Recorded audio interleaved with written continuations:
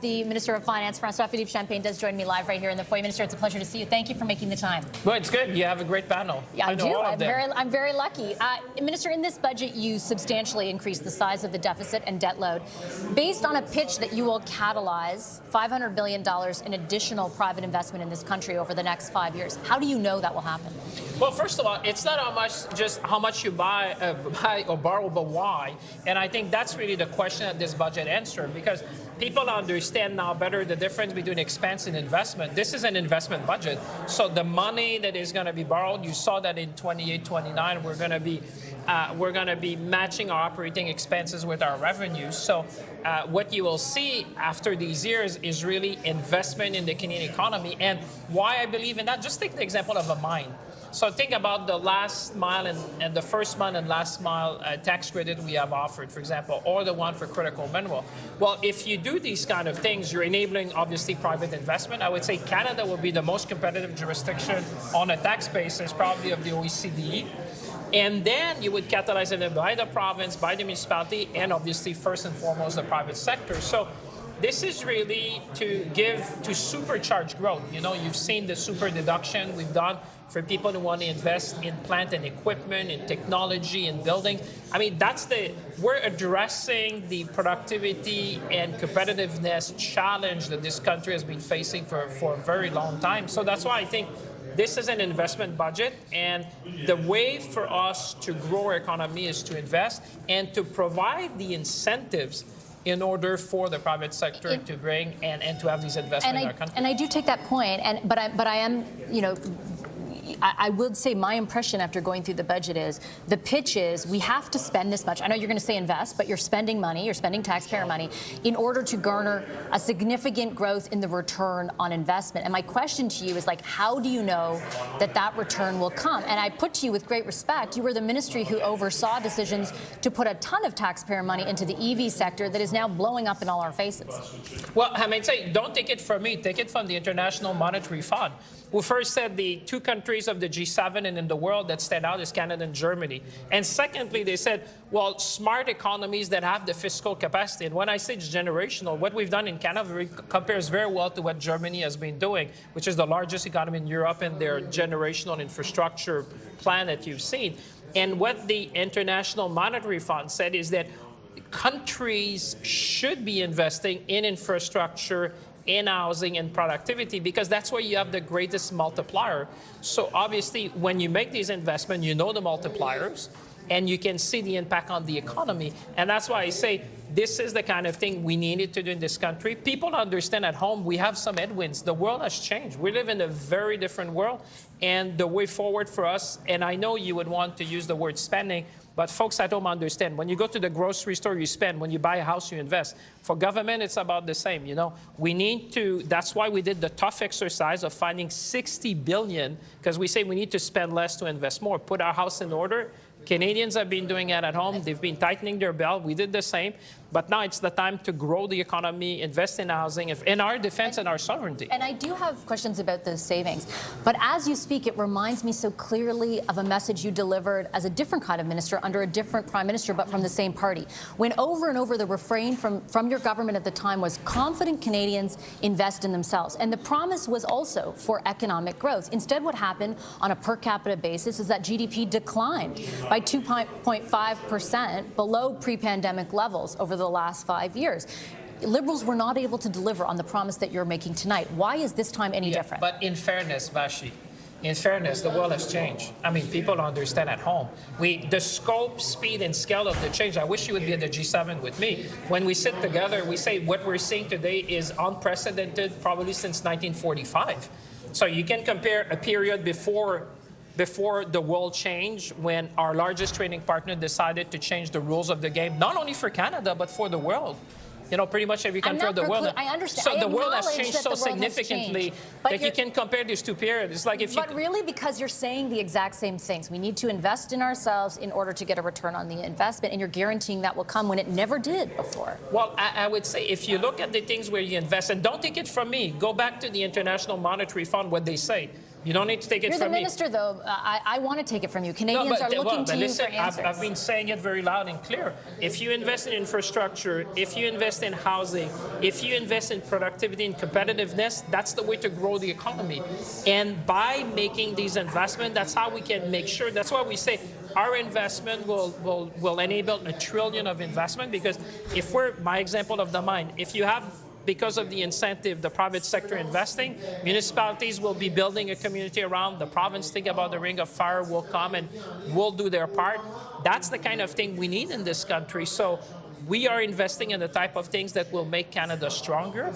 We have the fiscal capacity. There's only about 2 countries which in the G7 people would recognize to say have the capacity. And so we're taking that fiscal capacity to make sure we grow the economy. And by growing the economy, that's how you protect jobs. That's why you have the future. My message to people at home, we're going to be okay. We're going to be okay. It's a tough world. It's very different. You and I have lived different crises, but this one is like we've not had seen in a long time. But we're going to be okay because we've put our finance in order. We have the fiscal capacity. We're going to invest smartly. At the same time, we'll reduce our operating expenses. So you flagged, for, as an example, mines, right, in the Ring of Fire, and that's and critical minerals, all part of the energy sector. What we had heard from that sector, loud and clear heading into this budget process, was in order to spur growth of the sector, they would need to see things that they've identified as irritants removed. You have, in this budget, signaled, not said for sure, but signaled that the emissions cap will be removed. You haven't actually repealed it. But what about other stuff? What about the tanker ban? What about C-69? If you truly wanted to catalyze private investment and economic growth in the energy sector, why are you only bringing about half measures to do it? Well, look at the major project office. Look at LNG Canada 2. Look at the project we have selected. Look at the Port of Montreal expansion. I mean, we may not talk to the same people, but when I talked to the CEOs, they were very happy about what they saw because they understand that now we're making that shift towards growth. We're having the major project office. We are now, if you look at the marginal effective tax rate, which is really not what necessarily people at home would look, but if you're a chief financial officer of a company, what you're looking is how much is the tax rate. Canada is more competitive than the Americans now. Imagine. So you're talking to a company, and most Canadian companies have operation on both sides of the border. Today, with this budget, Canada is more competitive than investing in the United States. That's a huge thing, because when people have a choice, they will decide where we are competitive. So we are more competitive on the tax side. We have put a number of measures for critical minerals. We're going to power the economy of the 21st century. When it comes to major project, we said, you know, one project, one review, we're going to do better. And those that I've talked to would say, Minister, we've been listening to the business community. We've been listening to investors who say, what would you need to make Canada the place to invest? And honestly, with the measures we have in the budget today, you know, on the tax side, on the tax credit, think about the super deduction. With respect, though, Minister, are you talking to the conventional energy players in this country who have felt as though their ability to expand has been greatly hindered by the policies that your government, the previous government, put in place? There is an acknowledgement of that in here in the removal of, or the intended removal, not explicit removal, intended removal of the emissions cap. But beyond that, if you were truly serious about supercharging the conventional energy sector, making us an energy superpower, why would you not do more in that vein? That wouldn't cost taxpayers anything. Well, listen, it's already a lot. I mean, look at, we're going to be more competitive than the United States. That's a shift that we've not seen in a long time. And this is even after the big, beautiful thing. You think that's going to get a pipeline built? Well, I would say this is going to make the investment in Canada, you know, if people have a choice, they're looking at these type of things. And when you talk to the sector, I mean, I don't know, we may have talked to different people, but when I talk to the CEOs in the sector, they've seen what Canada's doing. They see the major project office. They see that we're serious. They've seen the tax credit. They've seen the approach we're taking to make sure that we are a global energy superpower. Look at LNG Canada too. Canada will be one of the countries in the world. That has been in development for 10 years. With all due respect, it was put on the major projects list because it's just needs to get over the finish line. But we should be happy. I'm not you should saying be happy. I mean, there's something to be happy in the budget. There's the potential for another oil pipeline. My question to you is whether what you're doing is going to incentivize Well, that. I would say when you are the most competitive tax jurisdiction, when you compare to the U.S., that is incentive that people will look at. We've talked to the people in the sector, and I would say we should really look at what we've done for Canada. This is a generational shift. we're taking steps that are going to make Canada look very different, provide prosperity, provide jobs, provide growth.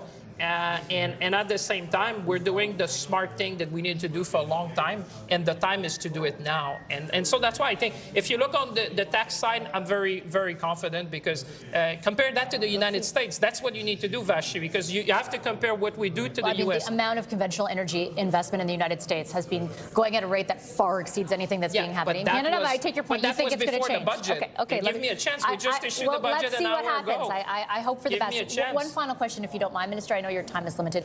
And I do want to ask on behalf of Canadians who are listening tonight and listening to your points about how what you've done in this budget is intended to spur economic growth over the mid to long term, and wondering why isn't there something in this to help me pay for $12 berries tomorrow, to help me pay for groceries that have increased by 30%, for example, over the last 5 years. I'm old enough to remember not too long ago when you were the Minister of Industry, you said, we're going to get those prices down. That didn't materialize. Why isn't there more in this budget to address the immediate affordability needs of Canadians? Well, that's the first thing we did, was to reduce taxes for 22 million Canadians. But they're still hurting. Well, and that's why we need more affordability measure. But one of the Why aren't they in the budget? Well, there's one, which it calls about building Canada homes, because if you can build more affordable housing in the country, you're making that more affordable for Canadians. So there are a number of things in the budget to make life more affordable for Canadians. Affordability of homes is one of the most concerning things across the nation, and we're acting on that. So I would say, if you're a Canadian today, look at the measures we've put, for example, for workers that have been affected. Because you say, if you look at the trade with the United States, if you're a steel worker today, or if you're in the lumber industry, if you're in the these things have been hurting. And when you refer to the deficit, 75% of what we did this year was for our sovereignty or affordability. Look at the measure in the budget. You mentioned you started with the deficit, but if you look at it, a good part of that was really to make life more affordable for Canadians, and making sure that we take steps to make life more affordable, to protect our workers, to support our industry, to pivot our industry. So I would say Canadians will recognize themselves in this budget, and it's really a turning point for Canada, where we make sure that our borrowing is to support growth. And that's what we're going to be doing on a going forward basis. The NDP wants post-budget negotiations. Will you provide that? Well, I think that the Canadians have heard, and there's so many measures there. I mean, even the Canadian Labour Congress came out and said, this budget. I'm just asking, are you willing to negotiate after with them? They're saying listen to the Canadian Labour Congress, which said, thanks God, this government have put workers at the heart of their economic strategy. That's pretty convincing to me. It's not me saying that. Is that a yes or a no? Well, you should ask them. I'm sure they're going to come on your show. I come all the time. You invite me. Maybe they'll come. Okay, we hope to see you again soon. Minister, a pleasure as always. Thank you so much. Thank you very much. Federal Finance Minister François-Philippe Champagne, fresh off, of course, delivering the federal budget in the House of Commons.